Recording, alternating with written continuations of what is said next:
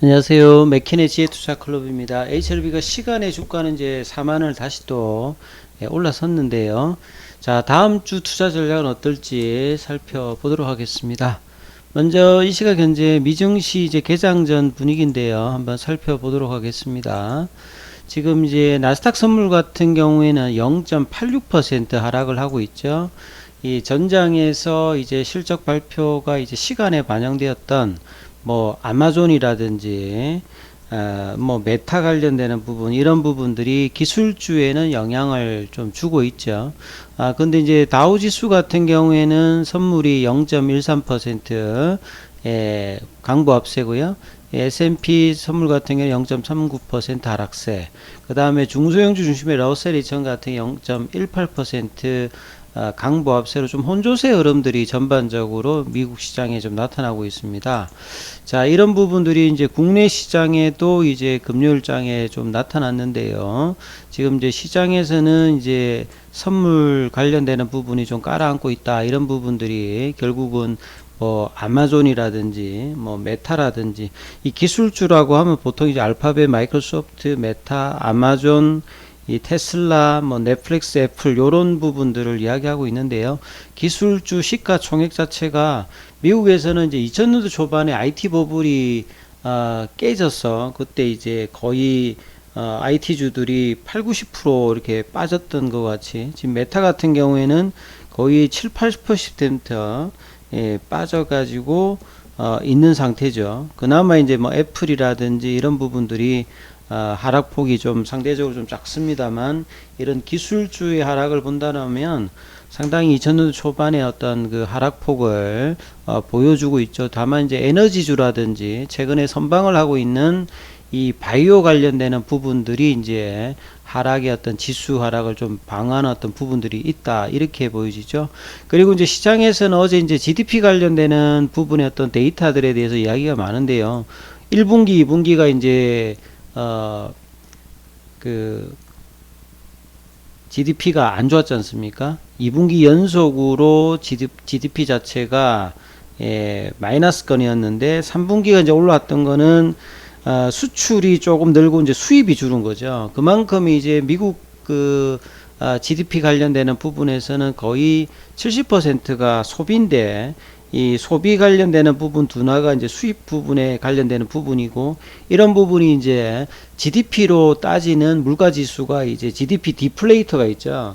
이 부분들이 생각보다 낮게 되어서 결국은 이제 이번 주 한 주간에 이제 리바운딩 될 때 가장 중요했던 부분들이 연준의 금리 정책의 어떤 속도 조절론, 이 부분들을 이제 합리화시킬 수 있는 어떤 지표들이 계속 나오고 있기 때문에 다음 주에 나오는 연준의 어떤 결정들도 어떻게 될지 상당히 시장에서는 베어랠리 이야기들을 계속하고 있습니다. 그래서 연준의 어떤 이제 다음 주에 나오게 되는 이제 11월 2일, 3일이죠. 2일, 3일 날 이제 나오는 부분인데, 연준은 이제 1년에 8번 하죠. 이제 6주 간격으로 이제 텀을 주면서 합니다. 그래서 이제 9월 달에 이제 20 며칠 날 했기 때문에 이제 11월 달에는 초에 하는 거죠. 보통 이제 미국 같으면 물가 지표 같은 경우가 한 10일 전후에 이제 소비자 물가 지수가 나오고, 조금 있다가 이제 생산자 물가 지수가 나오는데, 이제 이 부분들이 이제 10월달 관련되는 부분들은 이제 그때쯤이 나오는데, 그래서 이달에 이제 마지막으로 나오는 어떤 이제 물가 관련되는 지표들이 오늘 이제 나오는 보시면 이제 뭐 PCE 관련되는 근원 물가 지표가 나옵니다. 이게 이제 뭐 60년대 70년대죠. 아스번스 이제 연준 의장이 물가 지수를 좀 낮추기 위해서 뭐 이렇게 에너지라든지 식료품이라든지 이런 걸 빼버려 가지고 이제 나오는 거죠. 그래서 상대적으로 이 물가의 어떤 소비자 물가 지수에 나오는 부분하고는 조금 이제 한 3% 가량 이제 낮게 나와 있지 않습니까? 이제 그 부분이 빠져 있는데, 지금 이제 실제치 나왔던 게 예상치보다는 좀 낮게 나와 있어요. 그죠? 그래서 이제 이런 부분들이 좀 이제 예상치보다는 좀 낮게 일단은 나왔다, 이렇게 좀 보시면 될 것 같고요. 아무튼 이제 다음 주 어떤 시장 방향성이 12월 달에 이제 까지 보통 이제 뭐 자이언트 스텝 관련되는 이야기가 나왔는데, 이 부분들이 좀 완화된다라고 하면 상당히 뭐 의미 있는 어떤 흐름으로 보여줄 수 있고, 자, 이런 부분에 오늘 국내 시장에도 보면 전반적으로 보면 금요일이었고, 미 시장과 이제 동행하는 것보다는 오히려 이제 나스닥이 빠지면서 코스닥에 이제 관련된 최근에 이제 뭐 대형주들을 조금 이제 외국인들이 매수하면서 올라왔습니다만 중소형주들은 여전히 지금 별로 이렇게 좋지 못하는 어떤 부분들이 나타나고 있는데요. 환율 같은 경우에는 이번 주 내내 이제 월요일 빼고 나면 거의 대부분 좀 빠졌습니다.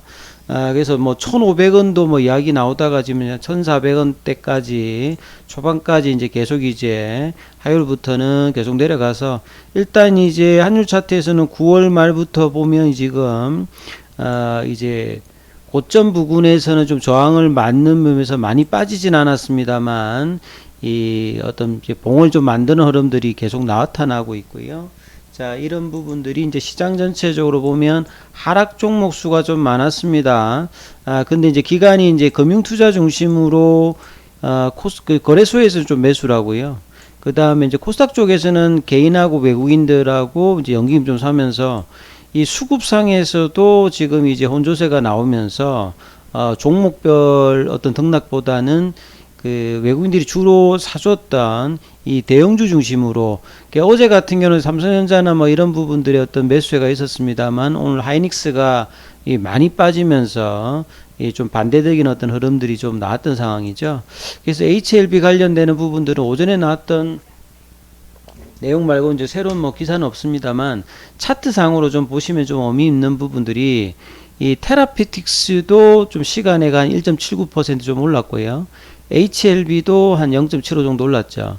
그래서 계열 종목분에 보면 나머지는 이제 이렇게 변화가 없는데 이 두 종목이 올라갔다는 말은 결국 이제 10월 말까지 이뮤노믹 테라피틱스의 교무세포종 관련되는 부분에 탑라인 발표를 10월 달 이내에 하겠다라고 이제 17일 날 홈페이지에 게재를 했고, 일단 주말 지나고 이제 다음 주 월요일이 이제 마지막 거래일이 있기 때문에 거기에 대한 어떤 기대감이 여전히 있는 흐름입니다. 그리고 주간 단위로 보면 월요일 날 양봉을 내고 일단 이제 21선 위로 올라와서 이번 주에는 일단 21선 위에 이건 이제 글로벌이죠. 21선 위에 이제 그 도달하는 흐름들을 오늘 장중에 좀 시도를 했다가 일단 윗골이 나왔거든요. 그래서 21선 어떤 시도 자체가 이번 달에 이제 10월 달에 이제 재료가 두 가지가 있었지 않습니까? 이 간세포함 관련해서 프리앤데이 관련되는 미팅이 있었고 그때도 좀 양봉이 좀 나왔다가 넘어가지는 못했죠. 그래서 21선 부근에 초에도 올라갔다가 내려왔고요. 그 다음에 이제 중순에 이제 그 재료를 가지고 있다가 또 3일 연속 밀렸고, 그래서 하단 박스권으로 내려가는 유중의 어떤 리스크한 부분을 반영하는 가격대가 박스권으로는 4만원에서 한 3만 4천원대입니다. 그래서 이 부분으로 내려갔다가 다시 이번 주에 거래량은 작습니다만 일단 가격상으로는 들어올렸죠. 이 부분들이 결국 이뮤노믹의 어떤 재료들을 좀 기대하는 흐름인데 큰 흐름은 아닙니다만 그래도 이제 이번 주에 주중에는 소폭의 흐름들이 좀 이어졌고요. 그리고 이제 21선 부근에 안착은 못했습니다만 그래도 시간 내에서 300원 올려서 4250원에 했다는 부분들은 가격보다는 이 4만원대가 주는 의미가 이제 중요한 부분이겠죠. 그래서 윗단의 박스권은 4만원에서 이제 45,000원이죠.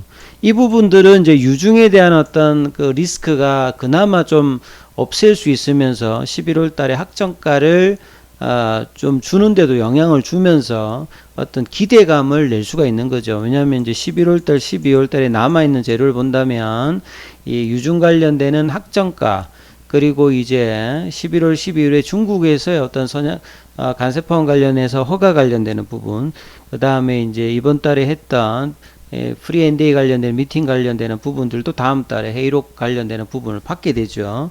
여기에 따라서 이제 내년 초에 1분기 이내로 NDA 신청을 간세포함 관련해서 언제쯤 할 것이냐, 그리고 연내에 준비 중인 이 선양남성 관련되는 NDA 신청, 그리고 여기 혁신치료제 신청을 했기 때문에 요거 60일 이내에 결정이 나거든요. 그러니까 연내까지 일단 호재가 될 수 있는 부분들이 여전히 여러 가지가 좀 있으니까 유중에 대한 어떤 부담을 좀 덜하는 상황에서 재료가 나와서 사실 한 45,000원 윗단 정도만 조금 있다 하더라도 내년도의 어떤 기대감들은 여전히 장기적으로는 있는 흐름이니까 이 부분들을 다음 주에 어떻게 이제 시장의 어떤 변곡점이 될 수 있는 부분이 많지 않습니까? 연준의 어떤 금리 결정 관련되는 부분에서 이 부분들이 좀 우호적으로 나온다라고 하면 재료 반영을 하면서 11월달, 12월달까지 이 중기적인 어떤 흐름을 반영할 수 있는 흐름인데, 일단은 우선은 이제 거래량이 너무 좀 작으니까요. 이렇게 거의 지금 2달 가까이 플래트형 조정으로 거래량 갔는데, 거래량이 나오면서 어떤 식의 이 좁은 볼리저 밴드를 추세로 만들 것인가가 다음 주도 뭐 중요한 어떤 이슈니까요. 이 부분 참조하시면서 투자 정책 삼으시길 바라겠습니다. 여기까지 하겠습니다.